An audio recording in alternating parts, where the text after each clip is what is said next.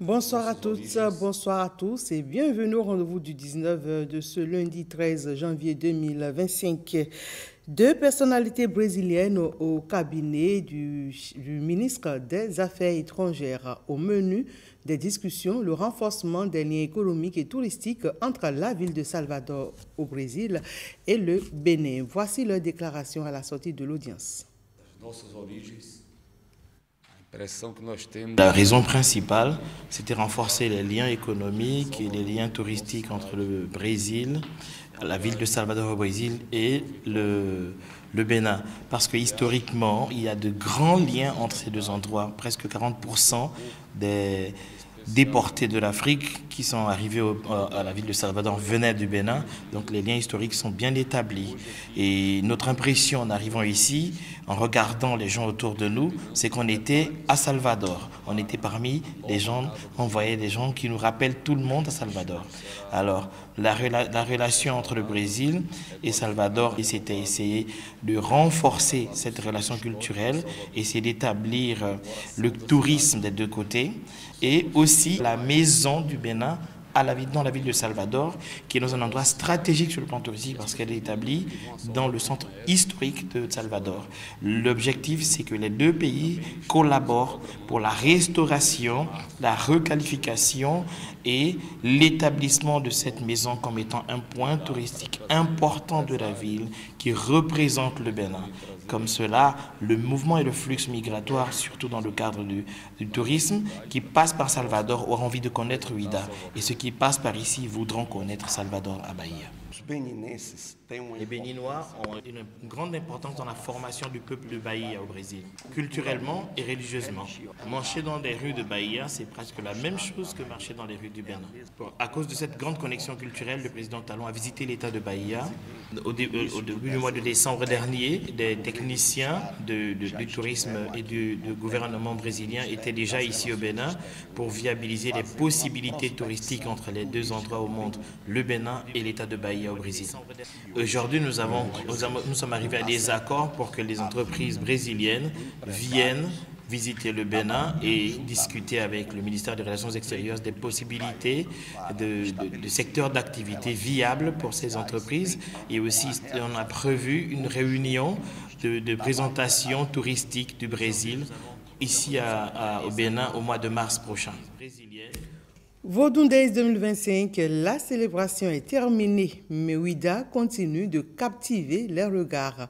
Un des meilleurs souvenirs de l'édition 2025 des Vodun Days reste et demeure la grande arène de Huida. Elle a ouvert ses portes le samedi dernier et voici l'ambiance inaugurale avec Rodrigo Labagbeto et Wenceslas Savoimo. De l'émerveillement dans les yeux, des applaudissements nourris et des visages cachant difficilement de la fierté. Ces émotions sont celles de toutes les premières animations au sein de la première arène Vodun du Bénin. Ici, les pépitards sont les premiers à cristalliser les attentions.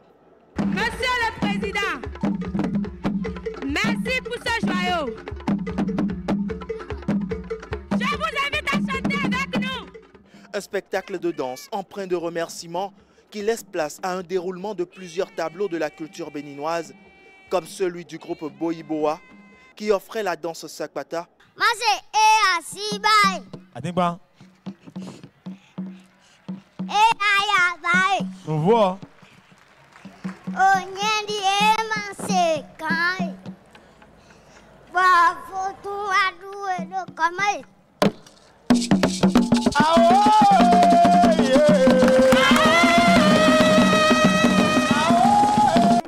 Le rythme du Vodun Koku,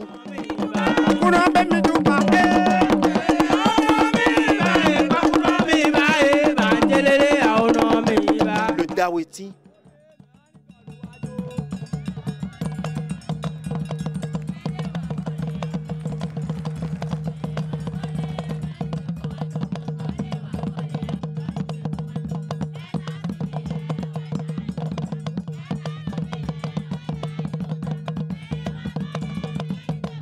et les Egungun.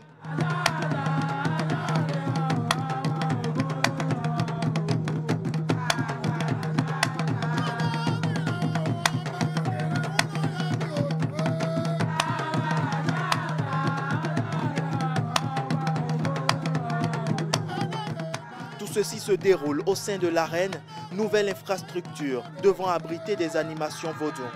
Face à la mer, elle contient 3500 places en tout, dont 100 pour la tribune officielle. De quoi donner aux premiers présents d'avoir sur les lèvres des expressions identiques. Déjà, c'est une construction sans précédent. Il n'y en a pas deux au Bénin. Donc pour moi, en tout cas, qu'on puisse ériger une telle initiative au Bénin, dans la ville de Ouidah, pour nous, c'est historique. Donc je pense que quand tu regardes l'architecture, quand tu regardes la conception, quand tu regardes la beauté et même la décoration, il y a de quoi être fasciné, sincèrement, mon frère.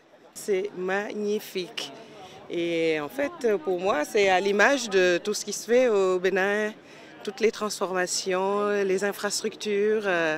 C'est vraiment formidable de voir toute cette évolution, ce dynamisme. Je trouve que c'est une jolie architecture, en plus proche de la plage, entourée de cocotiers, aérée. Je trouve ça agréable. Moi, personnellement, le fait de dire que c'est l'arène vaudou, pour moi, a tout dit. A tout dit parce que c'est l'endroit où ça s'exprime du point de vue culturel. Parce que nous sommes un État laïque. Toutes les personnes ont le droit de pratiquer une religion, de pratiquer une spiritualité. Très, très, très joli, mais surtout l'organisation. Et ce n'est pas seulement l'organisation de tout l'événement, c'est les gens très éduqués, les gens très attentifs, les gens qui aident les autres et les gens qui respectent. Et ça, pour moi, c'est unique parce que pour trouver ça, toutes ces qualités-là en Afrique, c'est très difficile. L'arène vaudou vient donc s'ajouter aux autres sites abritant les manifestations pour les Vaudou Days. Dès l'année prochaine, elle abritera ses autres animations. Et que dire de la salubrité autour du rassemblement de Ouidah? Si les animations se sont déroulées dans la sécurité, il y avait aussi des soldats de l'assainissement sur les lieux. Comment ont-ils assuré la propriété des lieux? Rodrigo Lababrito et M. Savon-Imon nous en parlent. On se croirait à un clean-up day, mais non. C'est bien sur les Vaudou Days que ces hommes et femmes se font gardiens de l'environnement. Ils se relaient de jour comme de nuit dans leur tenue verte pour une veille sur la salubrité de tout Ouidah. Nous faisons une rotation. Il y a une équipe qui monte à 7h jusqu'à 15h et à partir de 15h, il y a la deuxième équipe qui monte, qui travaille jusqu'à 22h. Mais nonobstant, disons qu'à 22h, on replie l'équipe, nous mettons une permanence de nuit pour pouvoir gérer toutes les situations qu'on pourrait rencontrer. Donc au total, nous avons au-delà de 350 agents sur le terrain. Chaque site est ratissé au large et les yeux doivent être des détecteurs de sachets ou tout autre déchet. Nulle place n'est laissée ici où les mains ne passent et repassent.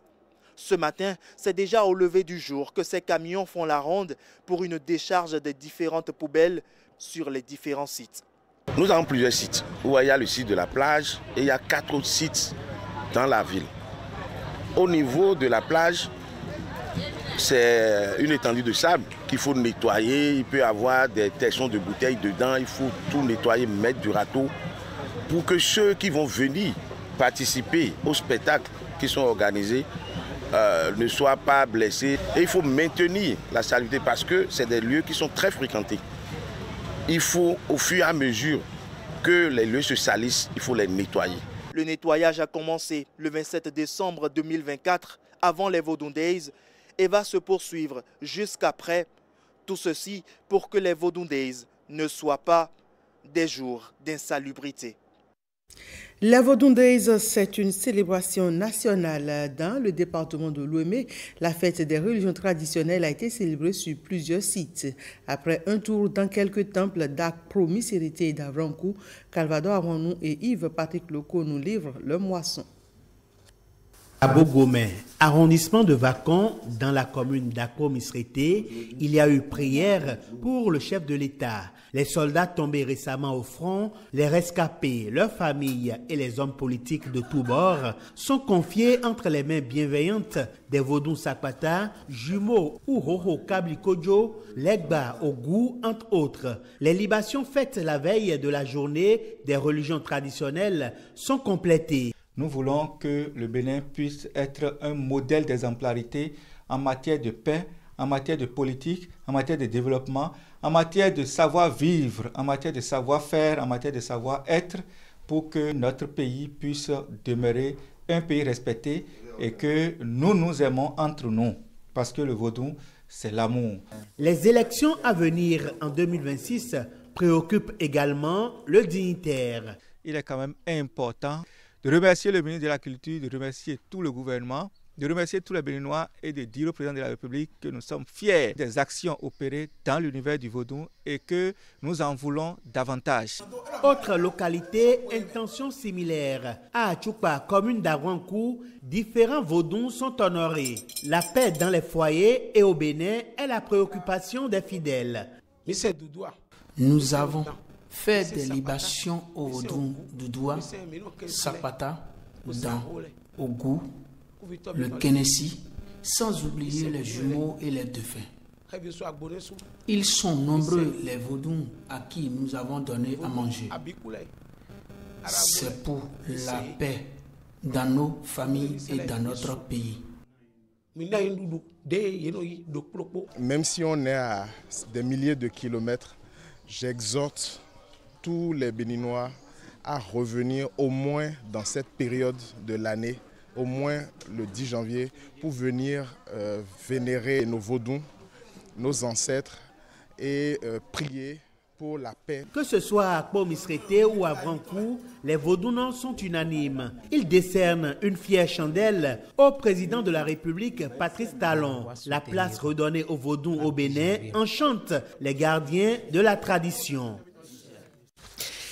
Fête de fin d'année et nous retrouvons cette association chrétienne avec ses louanges pour placer la nouvelle année sous la protection divine. C'est une initiative de Pepco Bethesda dont nous parle ici Jérôme Humbo.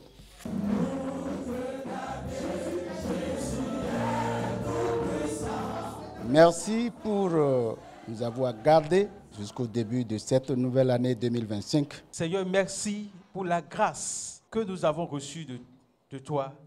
Clôturer l'année 2024 en prière.